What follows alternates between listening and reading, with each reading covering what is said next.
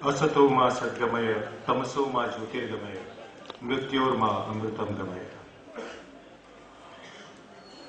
इस विद्वत सभा के सम्मानीय अध्यक्ष भूपेंद्र सिंह जी,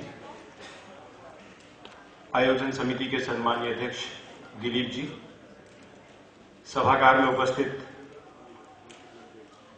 सभी सम्मानीय देवियों सज्जनों, स्वामी विवेकानंद की स्मृति में आयोजित इस व्याख्यान माला में मुझे आने का सौभाग्य दिया गया, इसके लिए मैं इस आयोजन समिति का हृदय से आभारी हूं।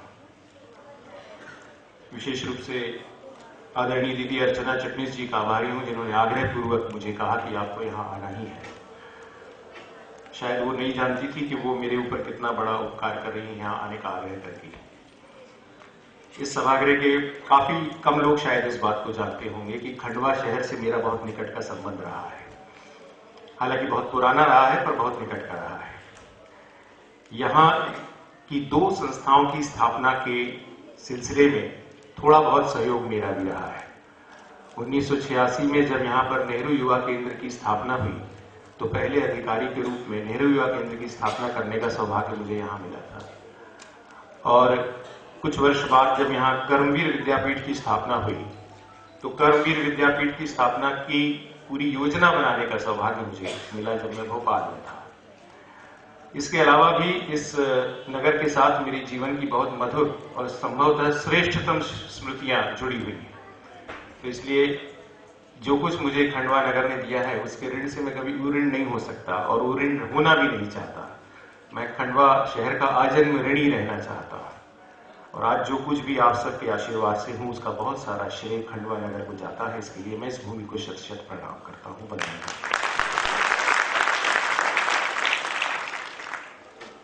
विषय: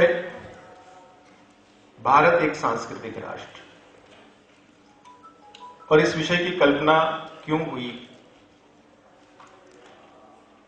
मैं अपने बचपन की तरफ जब जाता हूं तो मुझे हमेशा लगता है कि भारत को कभी मैंने एक नक्शे की तरह देखा ही नहीं। जब कभी भी भारत ये शब्द मेरे मन में आता था, तो कश्मीर से कन्याकुमारी तक और पूर्वोत्तर से अरब सागर तक एक विस्तीर्ण भूभाग, जो सिर्फ भौगोलिक इकाई नहीं था, उसमें प्रकृति की अलग छटाएं थी, संस्कृति की अलग छटाएं थी, समाज की अलग छटाएं थी, भाषा की अलग छटाएं थी। और इसीलिए हमेशा लगता था कि इतनी सारी विविधता वाली इस पूरी की पूरी धरा को एक नक्शे में कैसे बांध सकते हैं। और कभी मैंने ये प्रयास ही नहीं किया कि भारत को मैं कभी एक भौगोलिक इकाई के रूप में देख सकूं। इसलिए जब कभी राष्ट्र इस शब्द की अवधारणा आती है और लोग राष्ट्र शब्द का अंग्रेजी में अनुवाद नेशन करते हैं, तो मुझे लगता है कि शायद उनका शब्द भंडार कहीं ना कहीं शब्दों के अनुवाद में छोटा पड़ गया है। क्योंकि जब हम राष्ट्र की बात करते हैं, राष्ट्र की अवधारणा की बात करते हैं, कि राष्ट्र एक बहुत व्यापक विशाल परिधि वाली बात है। और नेशन शब्द में वो क्षमता ही नहीं कि राष्ट्र शब्द का पूरा अनुवाद करके आपके सामने रख सके। इस तथ्य को नहीं भूलना चाहिए कि देश यानी एक भौगोलिक इकाई होता है। इसकी अपनी सीमाएं हैं, इसकी अपनी एक परिधि है। राज्य यानी एक राजनीतिक व्यवस्था है जो अपने तंत्र से संचालित होती है। लेकिन राष्ट्र एक भावनात्मक व्याप्ति है, और वो भावनात्मक व्याप्ति इसलिए है क्योंकि राष्ट्र का अपना एक मानसिक और वैचारिक अधिष्ठान होता है, जो नेशन का नहीं होता। राष्ट्र एक सांस्कृतिक दर्शन है। इसलिए जब लोग कहते हैं कि 1947 में भारत का उदय हुआ, और इसलिए जब भारत की आयु की गणना करते हैं और कहते हैं कि भारत 70 वर्ष पुराना हो गया, तो मुझे लगता है वो कितनी गलत बात कहते हैं। वो ये भूल जाते हैं कि कई हजार वर्षों पहले समूचे विश्व को ज्ञान देने वाला, समूचे विश्व को संज्ञा देने वाला, समूचे विश्व को भाव देने वाला ये एक भारत ही तो था। कुछ वर्षों की गुलामी से ये राष्ट्र नया कैसे हो गया? इसने तो सिर्फ 1947 में अपने आप को कुछ 100 वर्षों की दासता से मुक्त किया है। विषयांतर ना हो तो मैं, क्योंकि बहुत सारे युवा बच्चे बैठे हैं, इसलिए बता देना चाहता हूं कि जब हमें इतिहास सिखाया जाता है तो ये बहुत गलत बात सिखाई जाती है कि हम इतने 100 वर्ष गुलामी की बेड़ियों में जकड़े रहे। मैं इतिहास का विद्यार्थी हूं और बहुत सारे प्राध्यापक अगर इतिहास के बैठे हों तो वो इन बच्चों की इस समझ को भी शायद ठीक करेंगे कि जिस गुलामी के काल में भारत को गुलाम कहा जाता है, उस गुलामी के काल में भी पूरा भारत कभी भी गुलाम नहीं रहा। लेकिन दुर्भाग्य इस बात का है कि हमें हमारा सही इतिहास ही नहीं बताया जाता, और इसलिए कहा जाता है कि इतने वर्षों की गुलामी, इतने 100 वर्षों की गुलामी के बाद एक नए भारत का उदय हुआ है।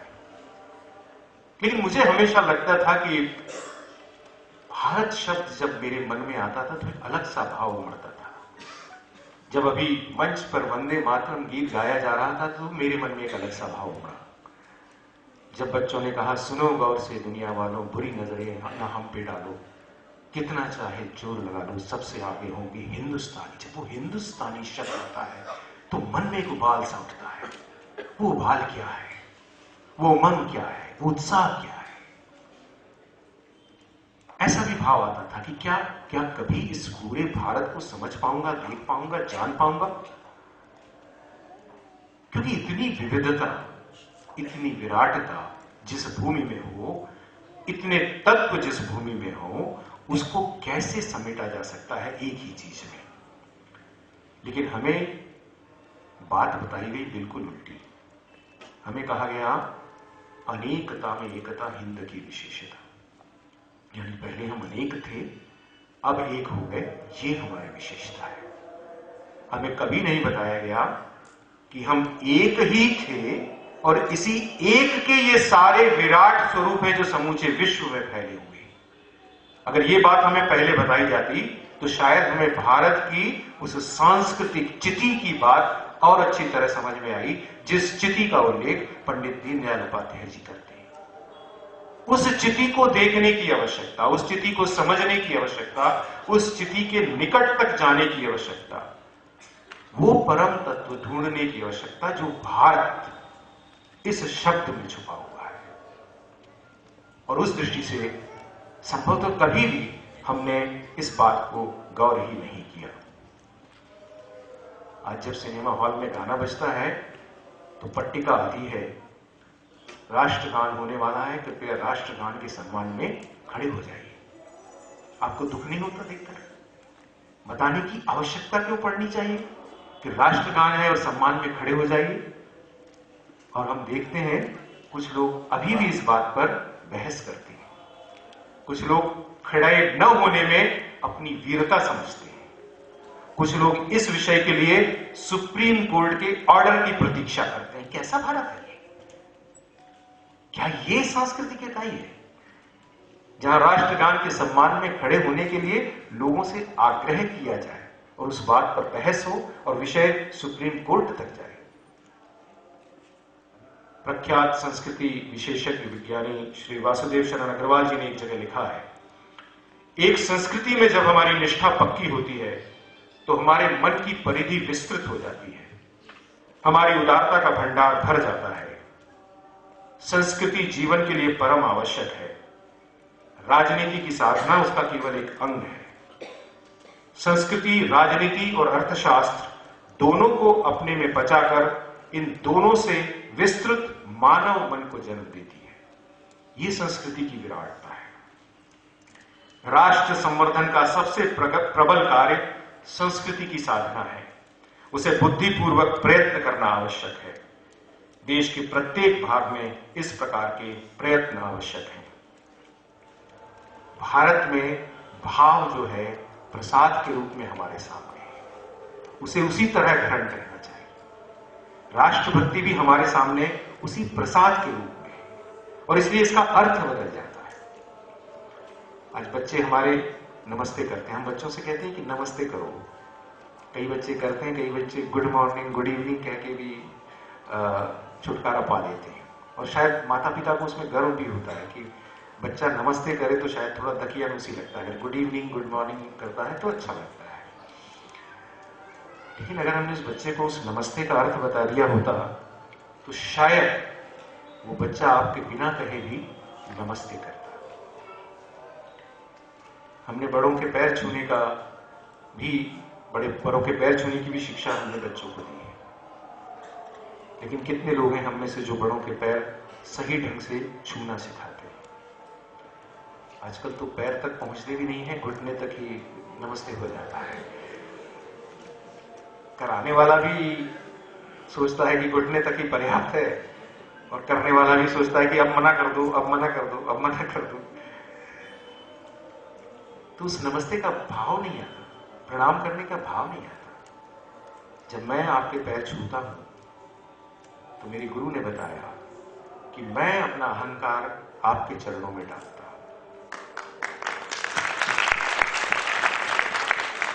ये मेरी सांस्कृतिक जड़ है। और जब मैं अपना अहंकार आपके चरणों में डालता हूं, मैं अपनी नकारात्मकता आपके चरणों में डालता हूं, और मैं सोचता हूं कि आप मुझसे गुरु हैं, आप मुझसे श्रेष्ठ हैं, आप मेरी नकारात्मकता दूर कीजिए, आप मेरे अवगुण हर लीजिए, इसलिए मैं आपके चरणों में गिरा हूं। तो जो नमस्कार ग्रहण करता है उसका भी यह दायित्व होना चाहिए कि वो उतना पात्र बने जो नमस्कार को स्वीकार कर सके। क्योंकि अगर आपके अंदर किसी की नकारात्मकता को ग्रहण करने का या उसे बचाने का तेज नहीं है, तो फिर आप किसी का नमस्कार स्वीकार करने के पात्र नहीं। ये भारतीय संस्कृति का दर्शन है। किसने बताया और किसने सिखाया हमको? हमने हमारे जीवन में उस चीज को अंगीकृत ही नहीं किया पूरी तरह से। संस्कृति के मर्म को समझे बगैर अगर हमने संस्कृति को अंगीकृत किया तो शायद हमने बहुत बड़ी गलती अपने आप से की, अपने साथ बहुत बड़ा अन्याय किया। क्योंकि ये भाव बहुत अलग है। उस भाव को आपको उससे सीखना पड़ेगा जो निस्वार्थ भाव से, निश्चल मन से इस संस्कृति के साथ जुड़ा है, रचा बसा है। छत्तीसगढ़ राज्य को धान का कटोरा कहते हैं। मैंने 10 वर्ष छत्तीसगढ़ राज्य में बिताए। हम जानते हैं कि छत्तीसगढ़ राज्य में धान की बहुत पैदावार होती है। तो एक बार किसी बहुत बड़े साइंटिस्ट ने उनसे कहा कि तुम लोग साल में सिर्फ 3 महीने धान की पैदावार करते हो, अगर मैं तुमको नई तकनीक सिखा दूं तो तुम अपने खेत से 9 महीने तक फसल ले सकते हो। तो किसानों ने कहा कि ये तो बड़ा अच्छा है, लेकिन इससे क्या होगा? इससे क्या होगा? इससे तुम्हारी बहुत खुशहाली बढ़ेगी, तुम्हारे पास पैसे आएंगे, बहुत तुम धनवान हो जाओगे। उन्होंने कहा ये तो ठीक है, लेकिन समय का क्या? हाँ, समय तो देना पड़ेगा। तो बोले फिर समय देंगे तो साल भर में जो हमारे व्रत त्योहार आते हैं उसका क्या होगा? जो हम पूजा अर्चना करते हैं उसका क्या होगा? जो हम यात्रा में जाते हैं उसका क्या होगा? जो हम देवी को जाते हैं उसका क्या होगा? जो नदी को जाते हैं उसका क्या होगा? तो बोले इस सब के लिए क्या है? बोले हाँ, यही तो मेरा जीवन है। उस जीवन को साध्य करने के लिए जितना चाहिए उतना 3 महीने में मुझे मिल जाता है। मुझे बहुत धन की आवश्यकता नहीं। संतोष, आस्था, निश्चलता। पन्ना में कुछ भगवान के मंदिर हैं। दिवाली के दूसरा दिन था, हम उस मंदिर में दर्शन करने पहुंचे। जहां जानकारी मिली थी वो ये मिली थी कि वो मंदिर 9 बजे खुल जाते हैं। हमने देखा कि 11 बज गए थे और मंदिर खुला नहीं था। तो वहां के पुजारी जी से पूछा कि पुजारी जी ये क्या बात हो गई, आपका आज मंदिर क्यों नहीं खुला? पुजारी जी ने जो जवाब दिया वो संस्कृति का बहुत मार्मिक दर्शन है। उन्होंने कहा कि कल रात को लीला होत रही, महाराज तनिक देर से सोए हैं, तो आज जरा देर से जागेंगे, जल्दी कैसे जाग जाएंगे? आप बताइए, हम वैज्ञानिक युग में जहां पर तमाम संसाधनों के बीच भगवान को अपने लिए साध्य मानकर अपनी तरह से उसे बुलाने की चेष्टा करते हैं, वहां कोई पुजारी इतने निश्चल भाव से आपसे कहता है रात को लीला देर तक होती रही, इसलिए भगवान जरा देर तक सोए। आपका भी तो है, आपकी भी तो परेशानी। रात को आप देर तक काम करते तो सुबह देर से नहीं उठते, लेकिन भगवान को आपको 9 बजे उठाना है। लेकिन उस पुजारी को मालूम है। इसलिए अभी जब कुछ लोग इस बात का मजाक उड़ा रहे थे कि अयोध्या में रामलला को सर्दी लगी तो कुछ लोग रजाई लेकर पहुंचे, तो व्हाट्सएप पर कुछ लोगों ने उसका मजाक उड़ाया। तो मुझे लगा ये लोग कितने भोले हैं। इन लोगों को नहीं मालूम कि भारतीय संस्कृति जो है इस आस्था में बसती है, इस विश्वास में बसती है, इस निश्चल प्रेम में बसती है।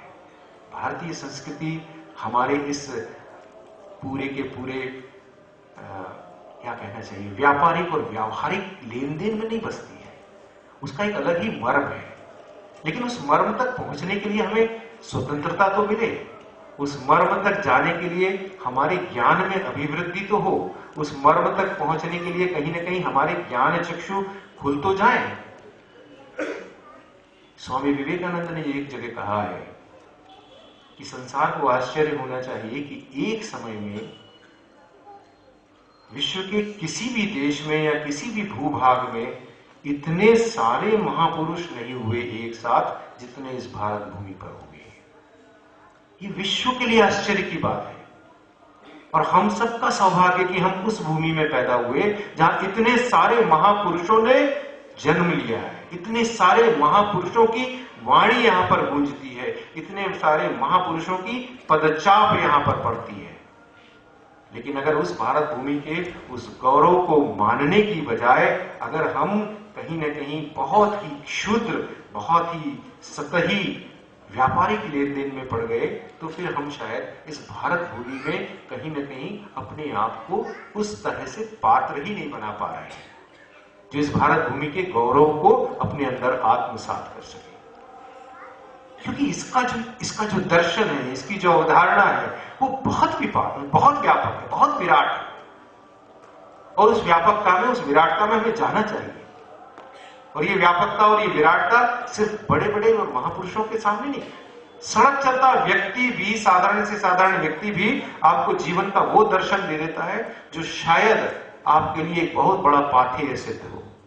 ऐसी ये इतनी महान भारत भूमि है। और उस दृष्टि से अगर हम जाएं तो हमको सचमुच लगता है कि हम कहां से कहां पहुंचे।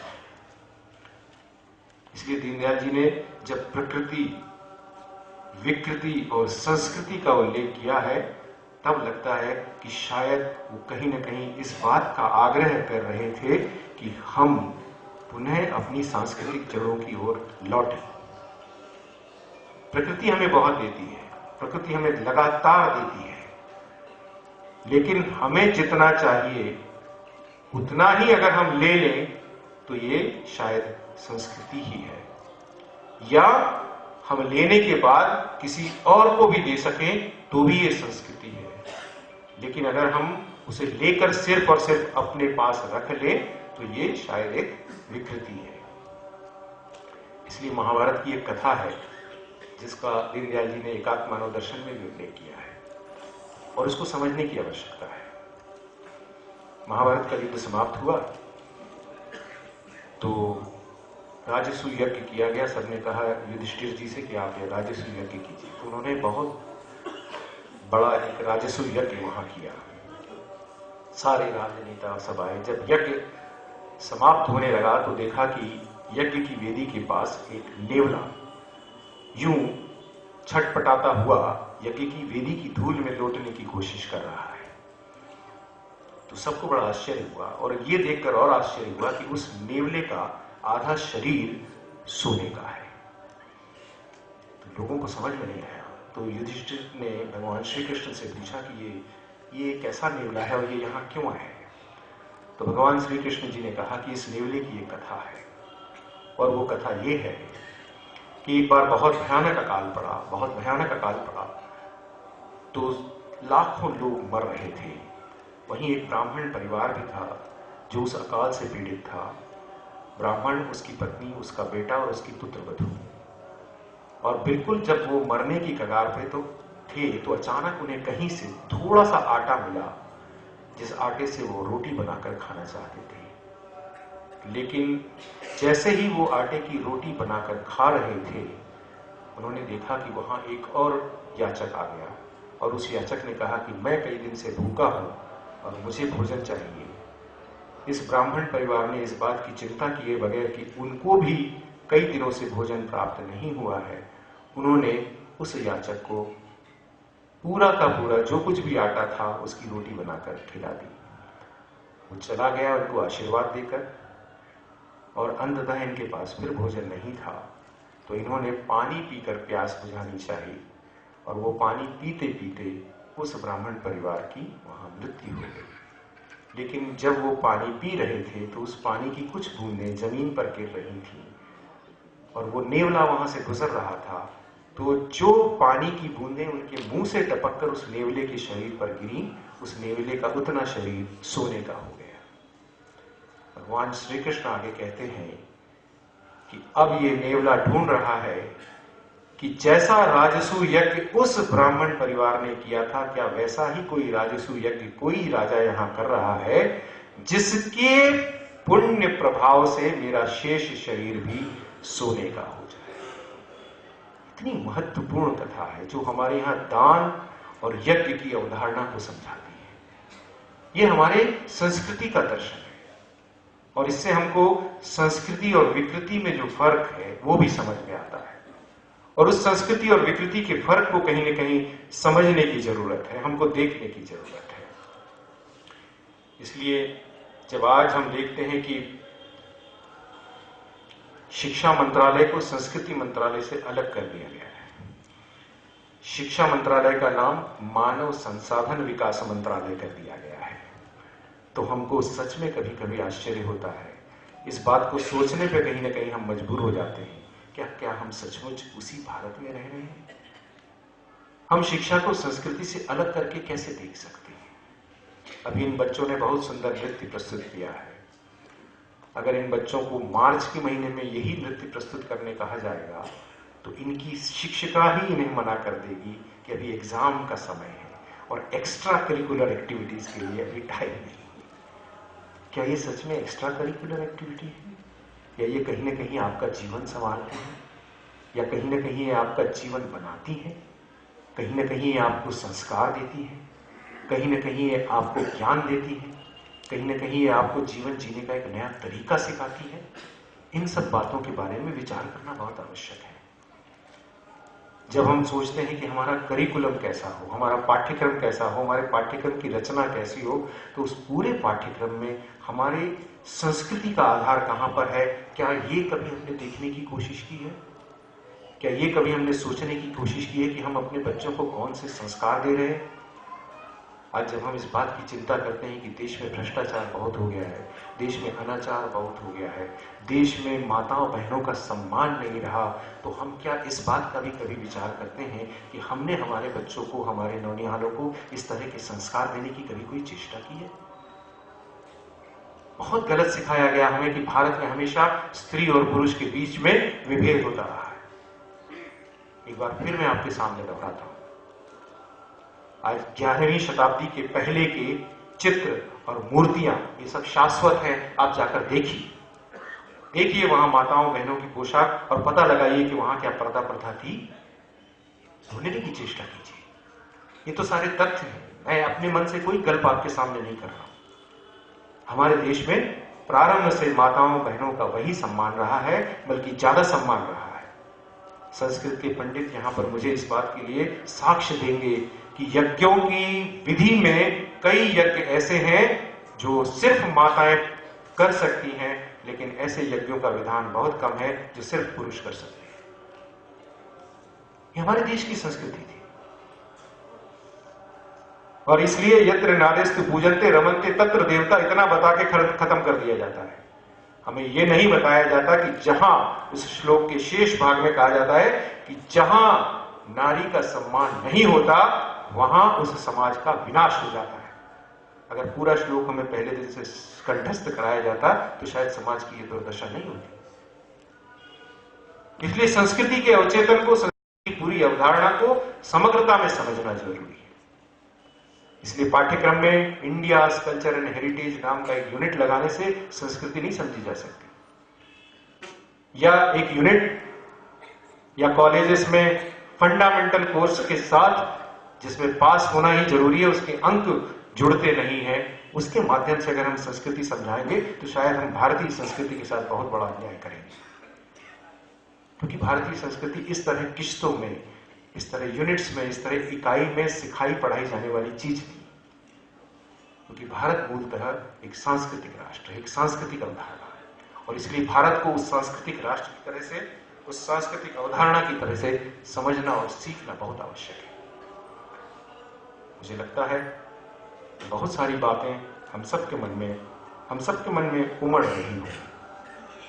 इन सारी बातों को कहीं ना कहीं एक साथ सिलसिलेवार लगाकर देखिए, समझने की चेष्टा कीजिए कि ये सारी चीजें क्या सिर्फ किसी नियम, कायदे, कानून के साथ बनी हुई हैं या ये हमारे अंदर से उपजती है। कुछ जगह पे अभी किसी ने प्रश्न किया कि साहब ये कार्यक्रम के पहले सरस्वती वंदना क्यों होनी चाहिए। अभी की बात है, बहुत हाल की बात है, मैं संदर्भ पूरा नहीं देना चाहता।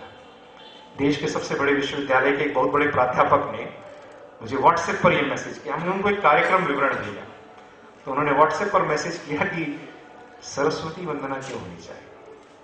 तो मैंने कहा कि सरस्वती वंदना इसलिए होनी चाहिए क्योंकि हम शिक्षा से जुड़े हुए कार्यक्रम को कर रहे हैं, तो हम विद्या की अधिष्ठात्री देवी को बुला रहे हैं। तो उन्होंने कहा कि साहब इस तरह के रिलीजियस रिचुअल्स से हमें बचना चाहिए। सरस्वती वंदना क्या रिलीजियस रिचुअल है, इस बारे में सोचना पड़ेगा। यह सरस्वती वंदना हमारे अंतरात्मा से निकला हुआ भारत का एक सांस्कृतिक अनुष्ठान है, इस बारे में सोचना पड़ेगा। और जब तक हम इस बारे में गंभीरता से नहीं सोचेंगे, इस बारे में गंभीरता से अपनी बात नहीं रखेंगे, अपनी नई पीढ़ी को इस बारे में गंभीरता से नहीं बताएंगे, तब तक अगर हम कहते भी हैं परम वैभवम में तुम्हें स्वराष्ट्रम, तो शायद हम उस वैभव तक पहुंच नहीं सकते। प्रार्थना में परम वैभव तक जाने की कल्पना करना और इस बारे में रोज प्रार्थना करना कि ईश्वर हमें परम वैभव की ओर ले जाओ, तो ईश्वर आपको ऐसे परम वैभव की ओर नहीं ले जाने वाला। हमें उसके लिए एक बहुत बड़ा सांस्कृतिक संकल्प करना होगा, बहुत बड़ा सांस्कृतिक अनुष्ठान करना होगा। अभी जब इस कार्यक्रम के पहले मैं श्री राम परिहार जी से कुछ चर्चा कर रहा था तो उन्होंने भी यही बात कही कि 1857 के बाद जब भारत एक तरह के नैराश्य में था कि हम स्वतंत्रता कैसे प्राप्त करेंगे, तब स्वामी विवेकानंद ने भारत को जागृत करने के लिए कौन सा मार्ग अपनाया था? सांस्कृतिक मार्ग ही तो अपनाया था। उन्होंने ही तो हमें वेद, उन्होंने ही तो हमें उपनिषद, कठोपनिषद उन्होंने ही कहा कि उपनिषद से जाओ, वेदांग से जाओ। और वेदांग से जाने का अर्थ क्या है कि जो हजारों वर्ष पूर्व जो हमारे पूर्वजों ने और ऋषि मुनियों ने तप करके, साधना करके जो शास्त्र हमारे सामने प्रस्तुत किया है जीवन जीने का, अगर उस शास्त्र को आप फिर से अपनाओगे तो आप फिर परम वैभव की ओर जाओगे। स्वामी विवेकानंद का ही वो मार्ग था जिसने देश में कई हजार युवा खड़े कर दिए। ऐसे तप को हमें साधना होगा, ऐसे तप को हमें अपने सामने लक्ष्य के रूप में रखना होगा।